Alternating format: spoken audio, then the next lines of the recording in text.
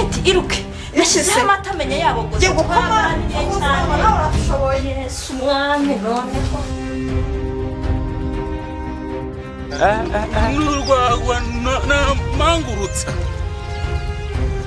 umuhungu mwiza iboga afite amatuza nyine ubona ari umuhungu mwiza cyane ubuse nama kuko ntawundi ariko twaganiraho gakeya ari nabakumbuye uganira nanjye ndagukunda wanjye nzajya mpora nkwibuka gusa nanjye birageze ngo dufatire umwanzuro nubwo nabazaniye umukwe mukamwanga